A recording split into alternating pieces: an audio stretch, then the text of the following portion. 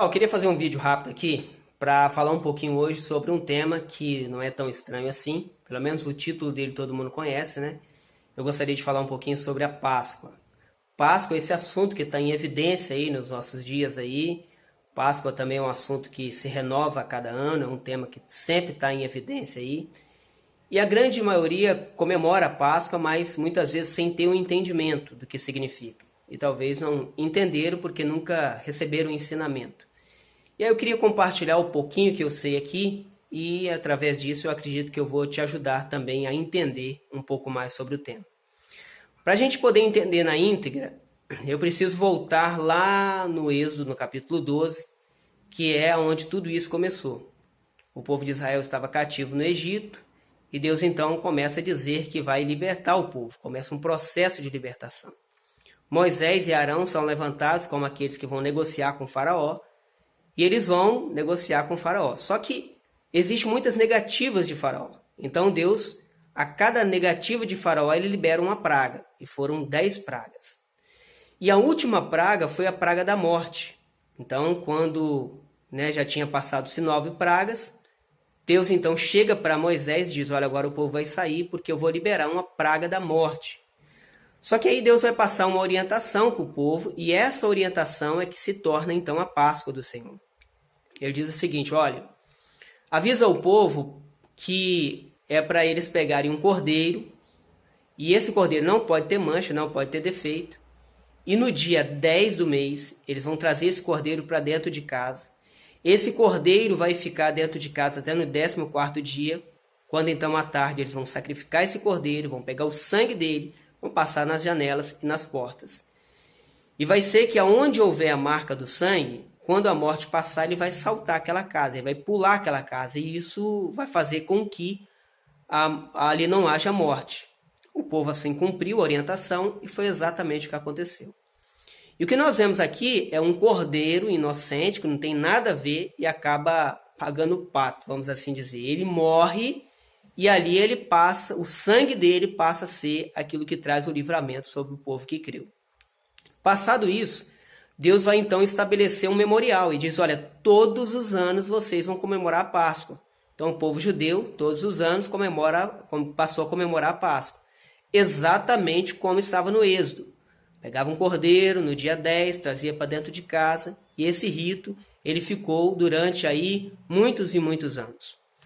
Só que o que o povo não sabia é que eles não estavam apenas celebrando algo como memorial do que tinha acontecido no passado, mas eles também estavam profetizando para algo futuro. Deus ia fazer algo grande lá na frente, porque a Páscoa iria se cumprir na pessoa do Senhor Jesus.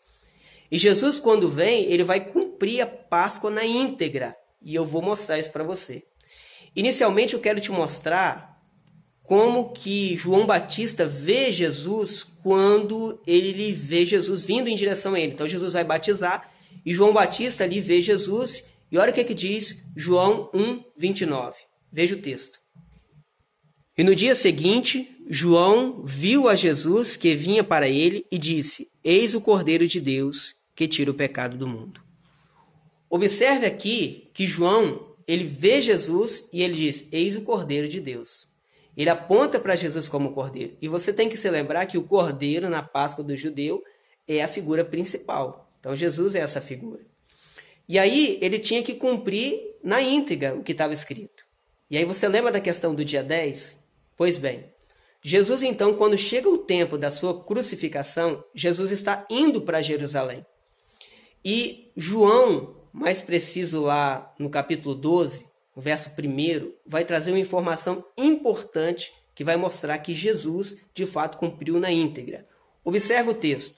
E foi, pois, Jesus 6 dias antes da Páscoa a Betânia, onde estava Lázaro, o que falecera e a quem ressuscitara dos mortos. Então Jesus está indo para a sua crucificação, mas antes de chegar a Jerusalém, que estava muito perto de Betânia, ele para em Betânia, na casa de Lázaro.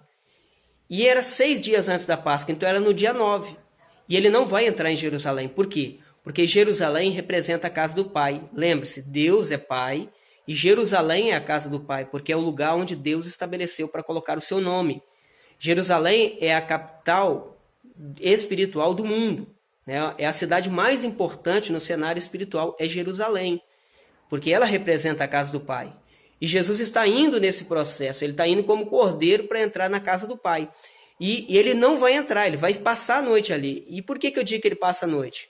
Porque no versículo 12 nós temos essa informação. Observa o versículo 12 aqui. No dia seguinte, ouvindo uma grande multidão que viera à festa, que Jesus vinha a Jerusalém. Observa que o texto diz no dia seguinte, porque Jesus não entrou, ele ficou ali naquele dia e no dia seguinte, então, ele entra em Jerusalém. E quando ele entra em Jerusalém, ele entra para cumprir aquilo que a palavra diz. Porque o propósito do cordeiro entrar na casa do Pai é que ele passasse ali aqueles 4 dias onde ele fosse examinado, junto com as crianças, com o pai de família, e se identificasse qualquer mancha, qualquer defeito nele, ele seria, então, eliminado. Ele não poderia ser sacrificado, ele não podia participar do sacrifício. E Jesus entra com esse propósito. E veja só o que diz em João 19, verso 4. Então Pilatos saiu outra vez fora e disse-lhe: Eis que vou-lo trago fora, para que saibais que não acho nele crime algum. Pilatos aqui está dizendo o seguinte: olha, eu examinei ele, eu não estou achando crime nenhum, porque o cordeiro não podia ter mancha, não podia ter defeito. E olha mais uma vez a palavra se cumprindo. E também existia um rito de que o cordeiro tinha que ser sacrificado à tarde, mais precisamente às 15 horas. E olha só o que diz esse texto. E era quase a hora sexta, e houve trevas em toda a terra até a hora 9. E clamando Jesus com grande voz disse: Pai, nas tuas mãos entrego o meu espírito, e havendo dito isto, expirou. Existia ali todo um processo, né, para que o cordeiro pudesse ser sacrificado. Começava ao meio-dia e ia até as 3 horas da tarde. Observe que o texto fala hora sexta, meio-dia e hora 9, quando Jesus então expirou. Então Jesus cumpre mais uma vez na íntegra a palavra de Deus. E mais, Jesus ali ele vai derramar do seu sangue. Lembra do soldado que furou Jesus e derramou do sangue? Então ele derrama do seu sangue para que hoje nós pudéssemos ter direito ao livramento, o livramento da morte eterna. Essa é a verdade. E é importante a gente entender também outra coisa. A Páscoa, então, a partir de então, ela parou de ser comemorada, né? Do jeito que era, ela acabou parando de ser comemorada entre o povo judeu. Só que quem entra em cena agora é a igreja. E a igreja agora entra com a missão de assumir a responsabilidade que Israel tinha lá atrás. Então, assim como eles faziam por um memorial, hoje, através da Santa Ceia que o Senhor Jesus instituiu, nós também fazemos isso por um memorial. E o apóstolo Paulo, quando fala da Santa Ceia, lá em 1 Coríntios, capítulo 11, ele fala de algo tremendo. Ele diz assim: Porque todas as vezes que comeres este pão e beberes esse cálice, anunciai a morte do Senhor até que venha. Presta atenção. Anunciai a morte do Senhor. A Santa Ceia é um memorial por aquilo que Deus fez, mas também é um memorial, é um apontamento para aquilo que ele vai fazer no futuro. Quando ele diz: anunciai a minha morte até que venha. Jesus vem. E qual é o segredo que eu quero soltar aqui para você? Para de comemorar Páscoa com coelho que põe ovo de chocolate e passa a celebrar a Santa Ceia do Senhor. Porque breve ele vem para buscar aqueles que têm compromisso com a palavra dele. Vê que Jesus cumpriu a palavra na íntegra, porque Deus é fiel. E a Santa Ceia é uma palavra que ele liberou para aqueles que creem. Então, que Deus te abençoe e estamos na fé.